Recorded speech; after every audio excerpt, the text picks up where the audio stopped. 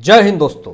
जब से सोनम वांगचुक की गिरफ्तारी हुई है एनएसए कानून के तहत, उसके बाद से सोनम वांगचुक की पत्नी गीतांजलि प्रेस कॉन्फ्रेंस रिलीज कर करके सारे आरोपों को खारिज कर रही हैं और क्लीन चिट दे रही हैं सोनम वांगचुक को कि जितने भी आरोप लगाए गए हैं सोनम वांगचुक के ऊपर, उन तमाम आरोपों को मैं खारिज करती हूं और वो सारे सबूत हमारे पास है जिससे कि सोनम वांगचुक को बेगुनाह साबित कर सकती हूं मैं।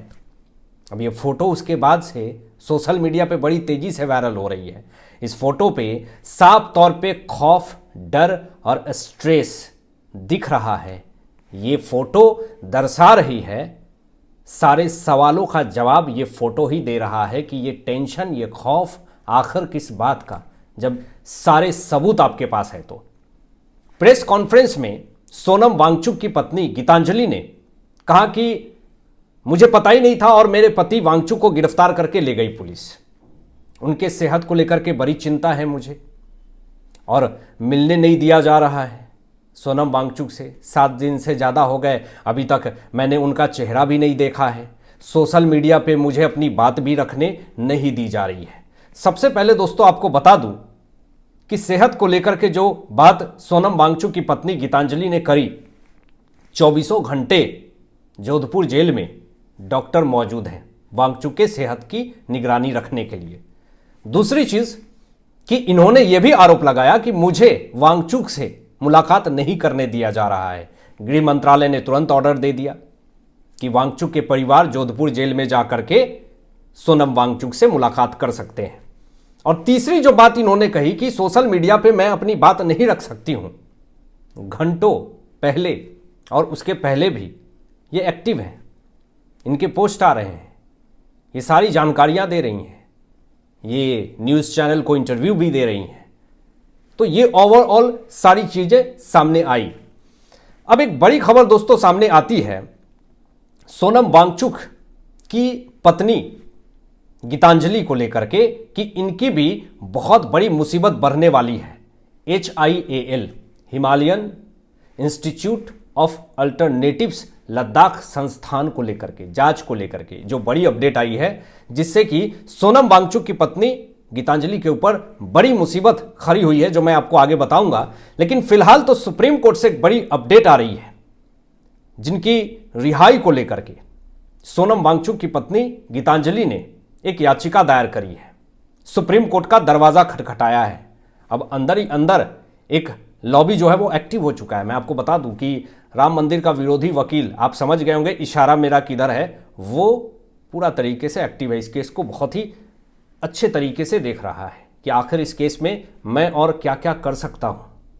और अंदर ही अंदर कुछ कुछ तिकरमबाजी खिचड़ी पक रही है।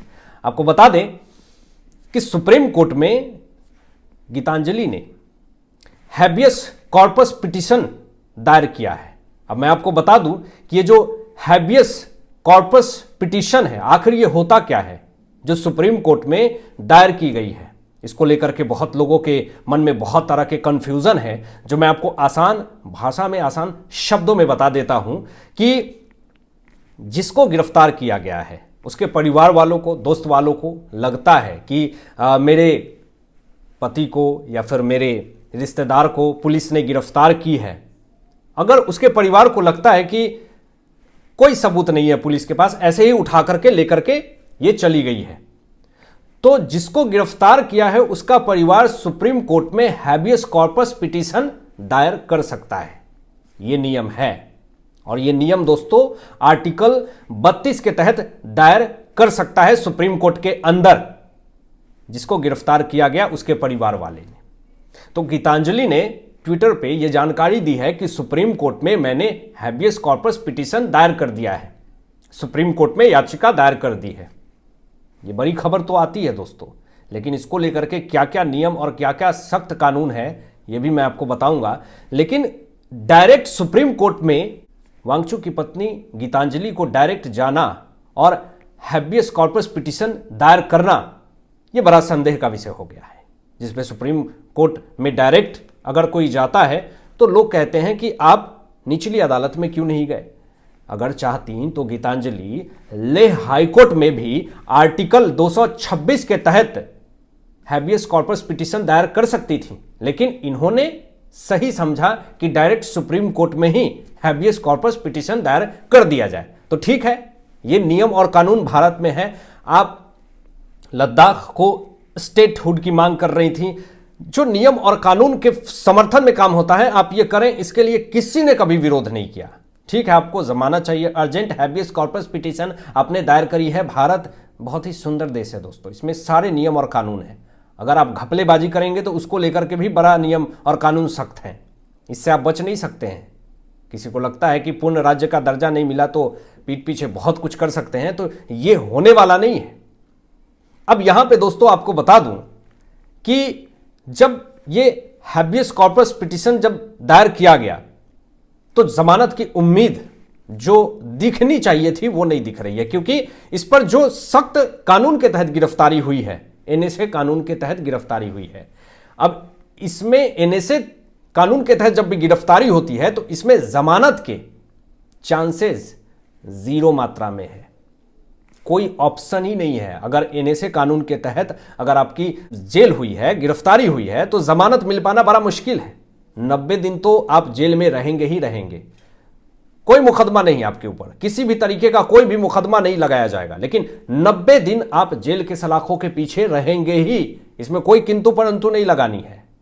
और अगर सरकार चाहेगी तो 90 दिन से 12 महीने तक यानी 1 साल तक 365 दिन आप जेल के सलाखों के पीछे सरते रहेंगे।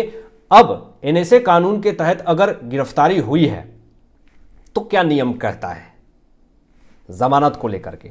ज्यादा से ज्यादा आप सुप्रीम कोर्ट या तो हाई कोर्ट में हैबियस कॉर्पस पिटीशन दायर कर सकते हैं, इसके अलावा कुछ नहीं कर सकते हैं। अब फैसला सुप्रीम कोर्ट लेगी कि आपको जमानत देना है या नहीं देना है। इस दौरान एनएसए कानून के तहत अगर आपकी गिरफ्तारी हुई है तो उस व्यक्ति को कोई कानूनी सुनवाई या जमानत का अधिकार नहीं होता है, कोई एफआईआर या चार्जशीट जरूरी नहीं होता है, कोर्ट में जमानत की सामान्य प्रक्रिया लागू नहीं होती है। अगर सोनम वांगचुक की एनएसए कानून के तहत गिरफ्तारी हुई है तो हैबियस कॉर्पस पिटीशन दायर करने के बाद भी सुप्रीम कोर्ट से जमानत कैंसिल होना संभव है, ये दावा किया जा रहा सोशल मीडिया के ऊपर। अब मैं आपको बता दूं, एक तरफ तो सोनम वांगचुक की जमानत दिलवाने के लिए हैबियस कॉर्पस पिटीशन दायर कर रही है सुप्रीम कोर्ट में गीतांजलि वांगचुक की पत्नी, और दूसरी तरफ Himalayan institute of alternatives Ladakh HIAL संस्थान की जांच को लेकर के बड़ी खबर आ गई है और गीतांजलि की मुसीबत भी बढ़ गई है। खबर क्या है जरा देखिए। आपको बता दूं कि HIAL की CEO है सोनम वांगचुक की पत्नी गीतांजलि, और इस HIAL संस्थान के ऊपर आरोप लगा हुआ है कि HIAL ने डिग्री जारी की, जबकि वह मान्यता प्राप्त विश्वविद्यालय है ही नहीं। अब सवाल यह उठता है कि जब आपकी संस्थान के पास डिग्री नहीं है तो आप डिग्री कैसे दे रहे हैं?